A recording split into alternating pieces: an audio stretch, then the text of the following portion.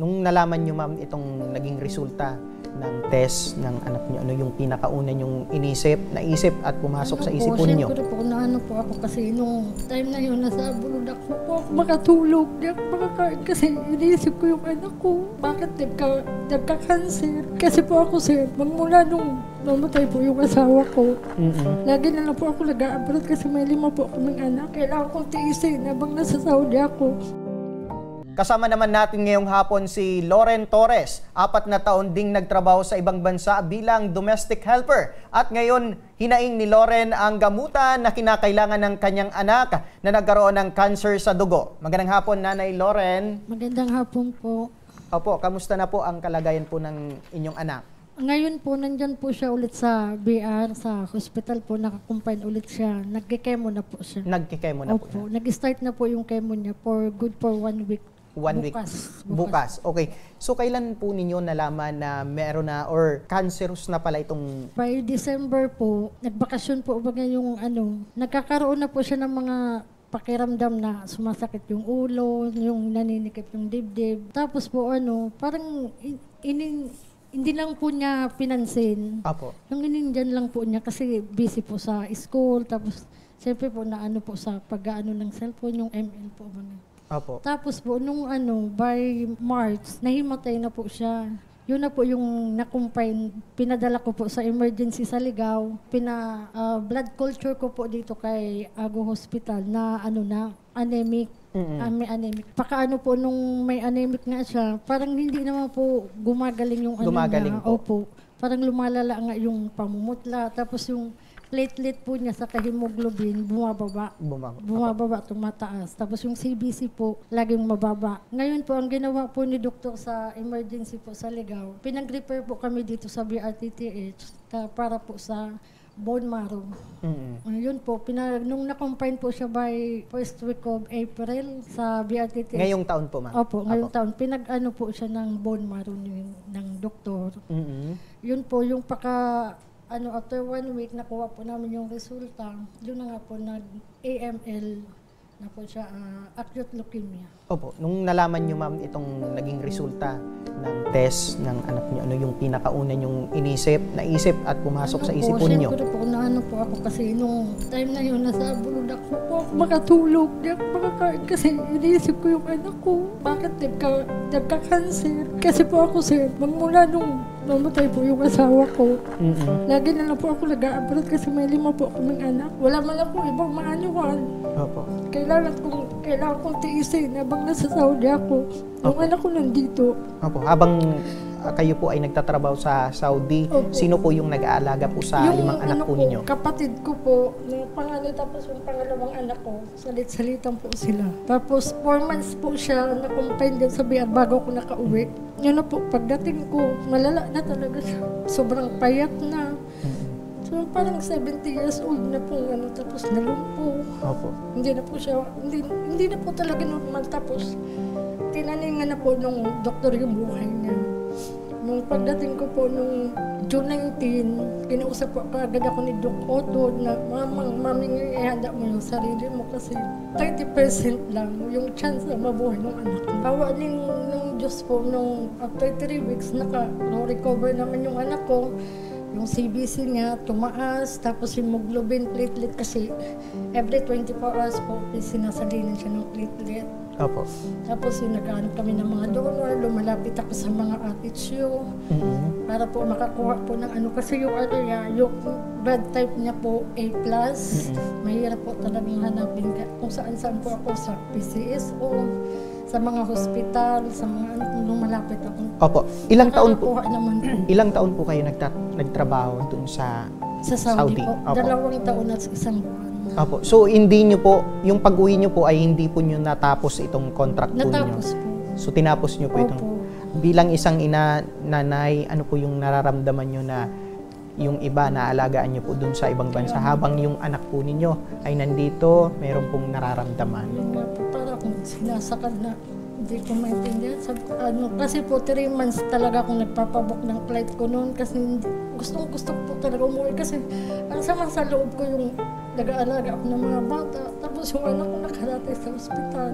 Anytime, mawawala. Tapos yun, nung, ano po, buti na lang, ano man talaga yung Diyos. Yung parang araw-araw ako nagdadasal na makauwi. Yun talaga gusto ko makauwi. Opo, para makita yung anak ko. Opo, at araw-araw niyo naman, ma'am, na nakakausap po Opo, itong... sa video call po. Kaya lang, ito nga pong mga nitong June, wala na talaga, hindi na, ano na lang, hinging na lang. Opo, Ano. habang kayo ay naka-video call po ng anak po ninyo, ano po yung mga hinaing niya, nararamdaman niya? Gusto lang po talaga niya umuwi. So, yung Yun lang kahilingan po, po niya na ma'am, umuwi ka? Uwi ka na. Yun lang lagi sinasabi niya. Tapos, pag sinasabi ko, wala pa akong flight, hindi na niya ako pinakausap. Kaya, sama ko sa loob. Nanay Loren, nababanggit mo na pabalik-balik ka sa ibang bansa. Sa Saudi, same pa rin na bansa. Qatar po. So yung una, Qatar, pangalawa yung Sa Saudi. sa Saudi. Opo. Pero yung nalaman mo yung may sakit na yung anak mo, nasa Saudi ka na. Opo, nasa Saudi. So, kumusta naman po yung, ilang taon ka bale? Kung ito-total mo yung taon na nasa ibang bansa ka. Bali po, 4. So, kumusta naman po yung 4 na taon na pagtatrabaho mo sa ibang bansa? Nung una po, okay naman po kasi nung hindi pa po nagkakasakit yung anak ko, okay naman po, normal naman yung ano namin, yung buhay, nag-aaral po yung mga anak ko. Araw-araw ko naman po silang kinakausap. Nasusurvey ko naman po. Kaya nung talagang nagbago lang po nung nagkasakit ng anak ko, nakumpine po siya. Opo. Sabi ko, ibigay mo lang po kako sa akin to na pagalingin mo yung anak ko, bigyan mo pa siya ng mahabang buhay. Kung hanggang saan lang, yung para pong ano. Ano yung ipinangako mo kay Lord? Parang kapalit baga? Kapalit ng Opo. maging maayos yung sitwasyon ng Basta anak? po pag kinakausap ko siya, sinasabihan ko siya, paanuin mo lang yung anak ko, pagalingin mo lang kahit yung buhay ko. Yung buhay ko, yung ano ko. Ayun. So parang Yung parang kahit Kapal. buhay ko kapalit, gumaling lang yung anak ko. ganon yung pakiramdam Opo. ng isang ina. Gagawin yung lahat, ibibigay yung lahat. Yan po lagi, kahit yan yung po buhay. lagi sinasabi ko sa Diyos, sabi ko, pagalingin mo lang yung anak ko, kahit ako na lang. Kahit ako na lang yung mawala, yung mga nararamdaman niyang sakit, pag sumasakit yung mga bone marrow niya, yung mga ano, Parang kahit gusto mo sa akin na lang, kahit sa hingiin akin na mo lang. na. Huwag na sa anak ko. Pero ibahin mo na lang na yung prayer mo kasi meron ka pang 4 na anak Opo. na Kasi ma'am, pag yung sobra na po bagang nararamdaman mong awa sa anak mo, yun yung masasabi mo kay God na sa akin na lang, ibigay mo lang sa ganyan akin. talaga yung isang ina. Opo. Nanay, dahil dyan, lumapit po kayo dito sa Opo. amin. Ano po yung pinakakailangan po Yung- ni Andrew? Yung sa ano po, sa pang-araw-araw po, nakakaya ko naman po yung pang-guro gastos namin, pambili-bili ng mga ano, kasi libre naman po mga sa ano, sa BR yung pagkimo. Kaya lang yung po, yung sa billing po talaga namin na umabot po ng 860,000. Ganon na kalaki na. Opo, yung bill lang po namin yun nung 4 months na nakumpine po siya. So ngayon po, pang ilan na?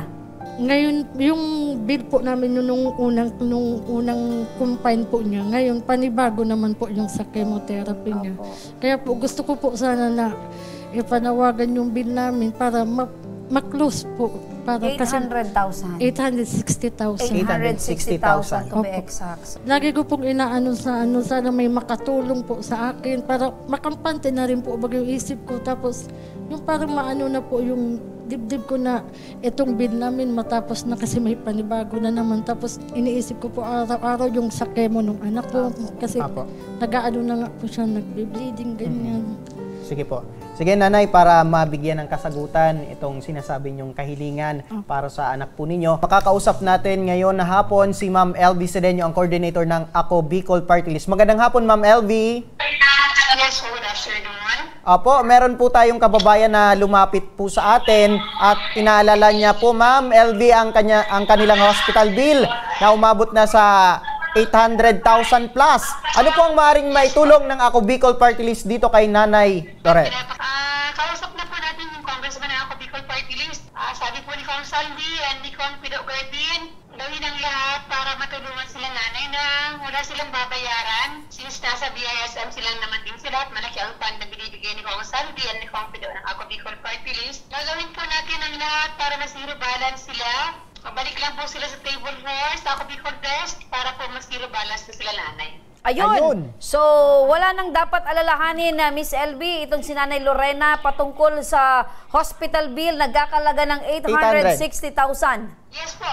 Pwede naman ako ni nanay, pwede siya pumunta ngayon. Or kung gusto ni nanay, bukas gusto mag-usap kami. Para wala siyang babayaran kahit piso. Ayun. Lubos-lubusin ko na Miss LB, no? Kasi meron na naman na panibagong bill ito, sigurado. So, ito ba ay maaari din nating matulungan pa? Yes po, Mr. Nami, don't worry about po sa panibagong bill ng anak ni nanay. Another confinement na naman yun. Another assistance na naman po ang ibibigay natin. Ayun. So, Nay, opo, yung panalangin niyo po kay Lord na sana po ay makakuha po kayo ng makakatulong po sa inyo. Ito yung Ako Bicol Party List po. Katulong po ninyo, kakampi pa po ninyo. Yung una nyong bill, sasagutin po ng Ako Bicol Party List. At eto daw na panibago, huwag po kayo mag-alala dahil naandyan pa yung Ako Bicol Party List para tumulong pa. Salamat po sa Ako Bicol. Salamat po. Yes, salamat po tayo nanay kay Kang Salvi kasi siya po ang gumagawa ng paraan para lahat po ng pasyente.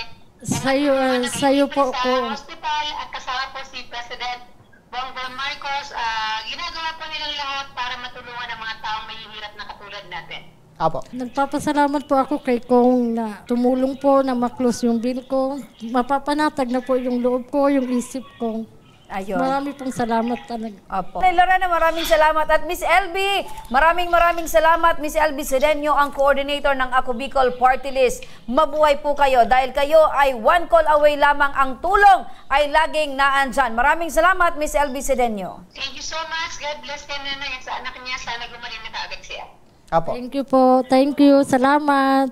Apo. At nanay, meron po kaming staff na aalalay po sa inyo sa mga susunod na proseso upang matanggap niyo po itong tulong mula sa Ako Bicol Party List. Opo, sir.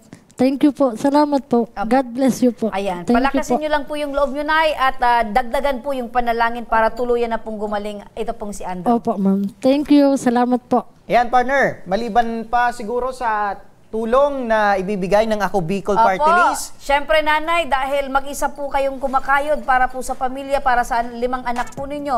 Eto, tanggapin nyo din po itong bigas mula po sa Ako Bicol Party List at sa aming programa. Ayan.